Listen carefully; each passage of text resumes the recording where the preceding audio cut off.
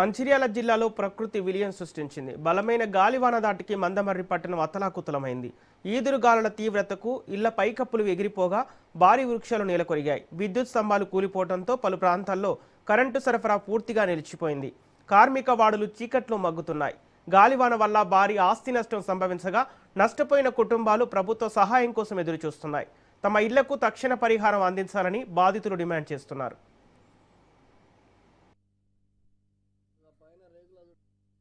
నిన్న గాలి దుమారానికి లేచి వచ్చి మొత్తం ఎక్కడికక్కడికి రోడ్లు వచ్చి ఇంటి మీద పడితే మొత్తం ఎక్కడికక్కడికి రేకులు వలిగి మొత్తం కింద కుప్ప అయిపోయింది.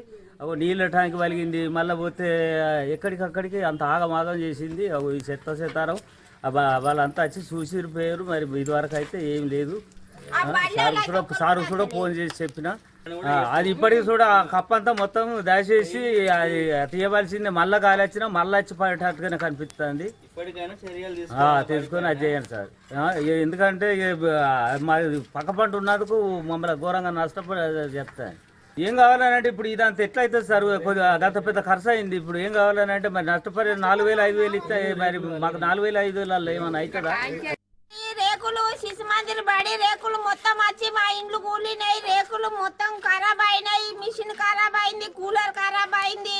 మరి మేము చచ్చిపోతా అంటే పెద్ద పెద్ద రాళ్ళు వచ్చి మా ఇంట్లో పడ్డాయి. మరి ఇంట్లో మగోళ్ళు ఎవ్వరు లేరు, ఆడోళ్ళమే ఉన్నాం కదా. మరి సారు మీరు వచ్చి చూస్తారా? మరి అవి కట్టిస్తారా?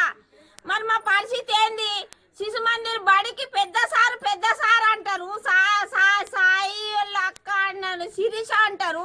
మరి మా పరిస్థితి రాత్రి 10 సార్లు అయినా కూడా ఒక్కరు వచ్చి కూడా గిట్లా తొంగి చూడాలి. మేము వచ్చినా కూడా గింతటోళ్ళేనా మీరు? మరి గాలివాన బీభత్సానికి చాలా ఇళ్ళు డ్యామేజ్ అయినాయి, చాలా విధ్వంసం జరిగింది.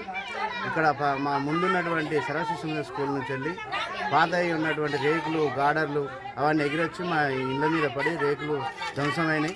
ప్రాణ నష్టం జరిగేదే. కొంచెం అయితే పెద్ద పెద్ద గార్డర్లు వచ్చి మా ఇంటి మీద పడి భయభ్రాంతులకు గురైనారు. ప్రాణ నష్టం జరగకపోయినా కూడా ఆస్తి నష్టం మాత్రం బాగా జరిగింది. దయచేసి అధికారులు కానీ స్కూల్ యాజమాన్యం కానీ మాకు న్యాయం చేయవలసింది కోరుతున్నాం. దాదాపుగా 10-20 ఇండ్లు ధ్వంసమైనాయి. వాటర్ ట్యాంకులు కానీ రేకులు కానీ ఇంకా ఇతర సామాగ్రి కానీ డ్యామేజ్ అయినాయి. చాలా నష్టం జరిగింది. దీనికి బాధ్యత వహించవలసింది మరి స్కూల్ యాజమాన్యమా ప్రభుత్వమా? దీన్ని గుర్తించి దయచేసి అధికారులు ఇక్కడికి వచ్చి